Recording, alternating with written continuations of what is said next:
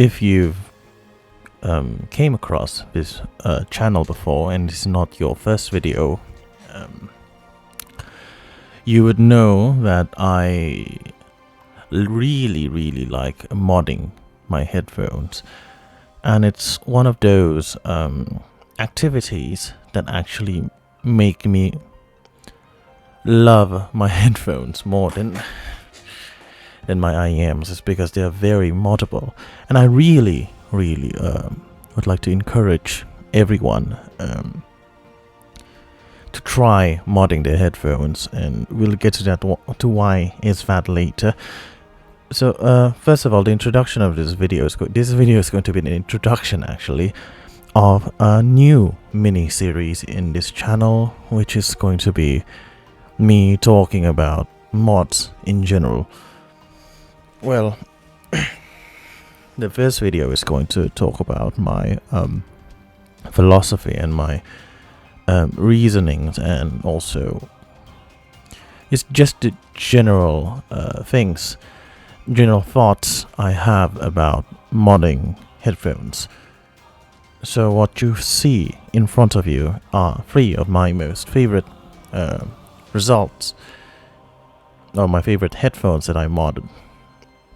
The first is going to be the HIBY HE6.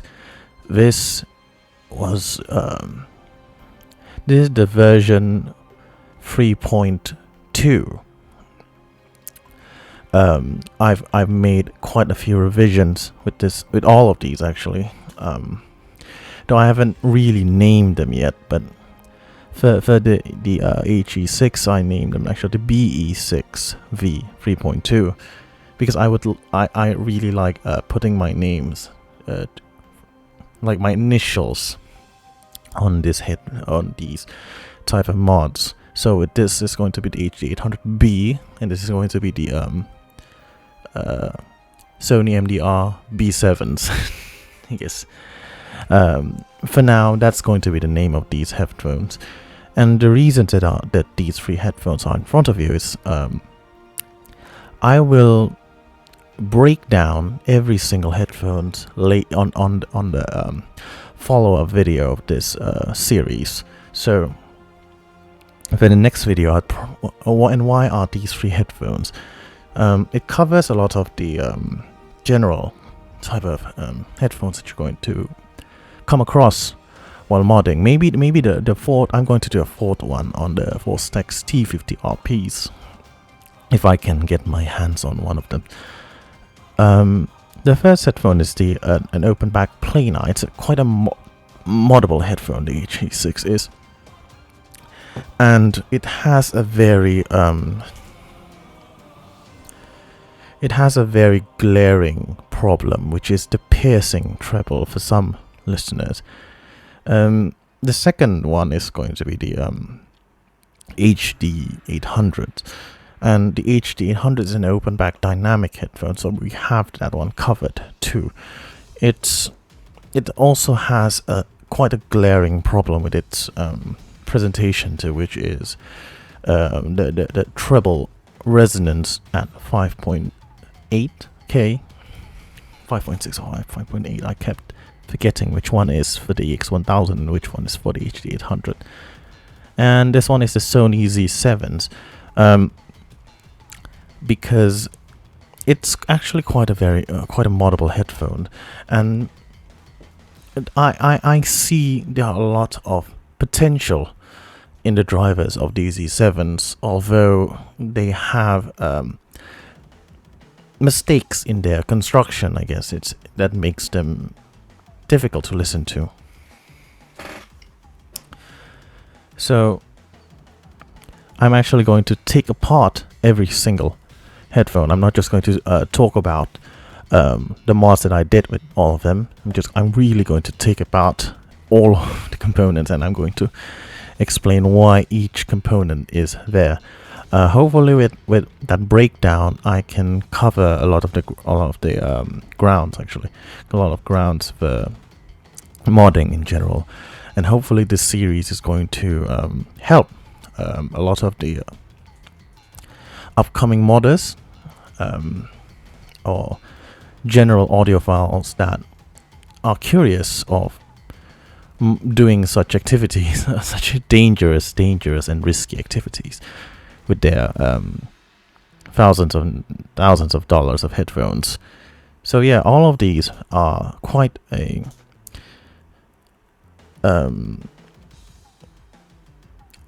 high potential. I think I would consider all of these headphones have high potential in their drivers and their driver quality, but we can somewhat enhance that potential.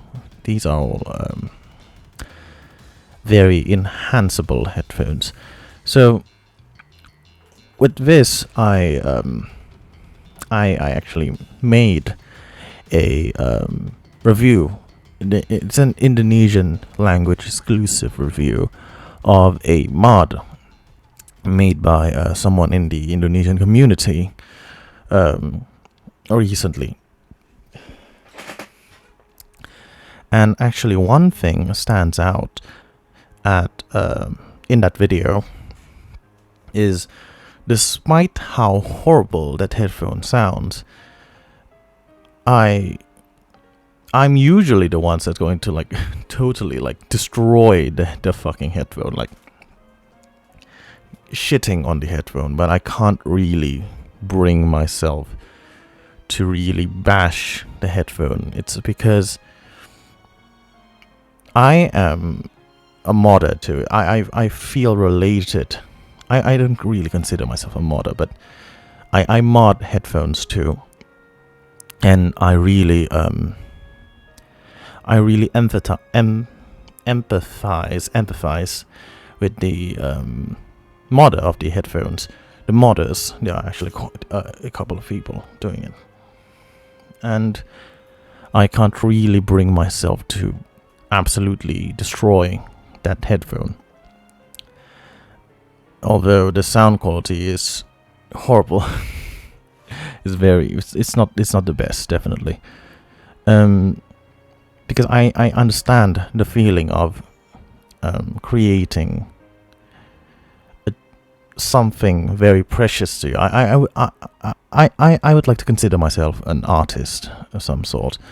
I'm always really into art, whether it be drama, theater, singing, or even poetry. I used to do a lot of poetry competitions, but not anymore, I guess.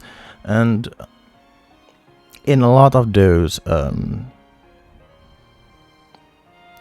fields, I would like to say that modding headphones is somewhat of an art itself. That's why I don't like the concept of selling my mods. It's I really had quite a few dialogues with myself, actually, because a lot of quite a few people have asked me if they would like to if I would like to sell my HD800 after listening to them, but I would usually refuse because I still want to have them.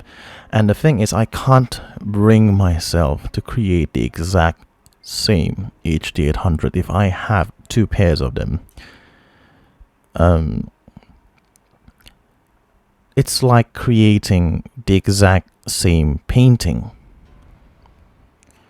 It feels like that. To me, it feels like that. And if I were to make a mod just for me to sell them, this is getting to the philosophy of me modding. It would make me become lazy in some sort.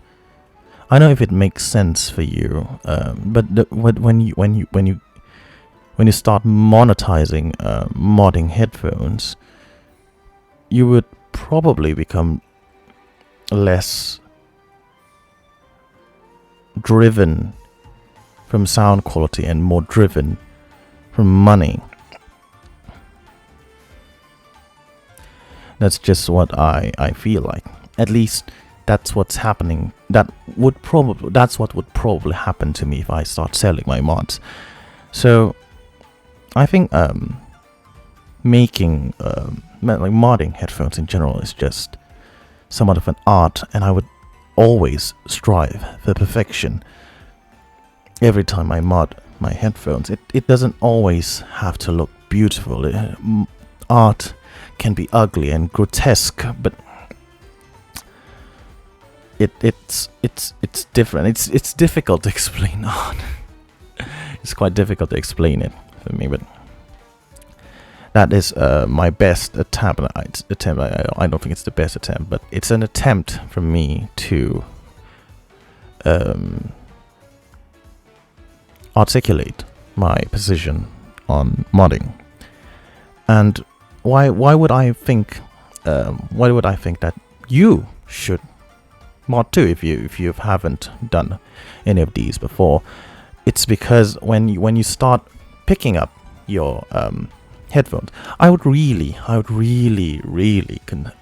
advise you to mod headphones that you actually love, or you know that you're going to love. I can't. When you buy something and you really like it, but it has a few problems, you start with easier mods. Definitely, I wouldn't recommend going straight to the HE6 or something like the HE800 mods are what's out there it's not very difficult, but mine is quite elaborate, if you can see right there. Same with my HE6. Modding actually starts with, I think we've all done a bit of modding in our audiophile journey, I guess. From simple things, from changing cables, changing ear pads, or with IEMs. No, actually, yeah, with IEMs the same, I guess. We've done a small, very minuscule amount of modifications. Although I would advise you to go through the next step of actually opening up a headphone and modding them. And why do I recommend that? The simple reason is, for me, it's where I grow the most. It's for me to find what I want in a headphone. It's me knowing which one is better, what component, what to do, what creates good sound from this headphone. And if you can see, I tend to not pick the easy route, and I tend to try and not be lazy with my mods. I try to be try to find the best solution for every problem, not necessarily the easiest solution. And that's one of my gripes on people trying to mass produce their mods, or like sell their mods. They would get lazier and lazier because my mods are never finished. Never finished. I would always try to improve on my on every single mod that I do. Yeah. I actually modded the Z7s a couple of years ago. Actually, it's quite an older set of headphones. But just recently, I just switched the pads to the ZMF Universal Suite perforated pads, which actually improved the sound quite significantly, even with all the mods that I've did to them. And it's always, all of my mods are still growing. I can't definitively say that this is the V4, because there are still a couple of things that I need to change them, that I can call them the V4s. For the HD800s, I just recently changed the inner mesh, type of double mesh inside the driver, around the driver, and it's still growing. It's going to change. Maybe when I start getting into them, it's going to be a whole different headphone than the one with the ones you're looking at here right now. And with me modding a lot of these headphones, it's the easiest way for me, at least, to learn how the sounds, how each component can change the sound, and being very, very thorough with the changes, and how to protect, or like how to enhance one's headphone without ruining their character, because every single one of these free headphones is basically an improved version of the stock version, and I know it sounds very obvious, but knowing that there are lots of changes here, you might actually think that the sound produced by these headphones are monumentally different from the ones that the stock headphone would give you. But weirdly, I guess, they all sound fairly similar to the stock headphones. The general sound would be fairly similar. And when you put on my HD 800B, you would notice that this is a modded HD 800s. When you put on my HE6, my BE6, you would notice that this is an HE6 modded. I don't know if you would notice it's an HE6, but because of the Hyphemans have, a lot of Hyphemans have very similar tunings with each other, so yeah, you can get mixed up with that. And with Sony Z7s, this one is definitely the most different in terms of frequency response with the OG Z7s. But I think that the changes that I did with here is quite necessary, because the frequency response of the original Z7s is not really good. And yes, I would consider this a fix to that. But it still retains its overall character, being thick and bassy and all that stuff with wide soundstage. So, oh yeah, I need to mention, when modding things, you would sometimes get surprised on what the changes of some components would do to the overall sound. For example, look at my HE6 right now and look at the pads. You might see, oh yes, calling these things pads is me being too kind. But people, if you've never modded any headphones before, if you've never dived into the science of planars before, you might consider that this will result into a brighter headphone. It's going to be a brighter with less bass, especially without any damping, like with minimal damping on the drivers and behind the drivers. But with the HE6, with the BE6, it's actually warmer sounding with more bass.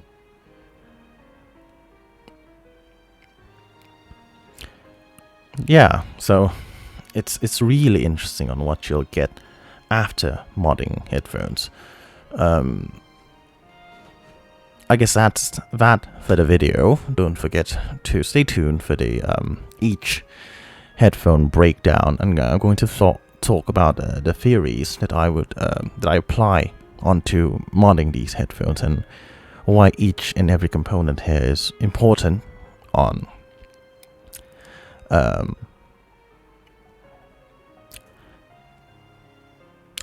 can't find the words, on improving the sound quality of each headphones. So yeah, see you next time, Godspeed.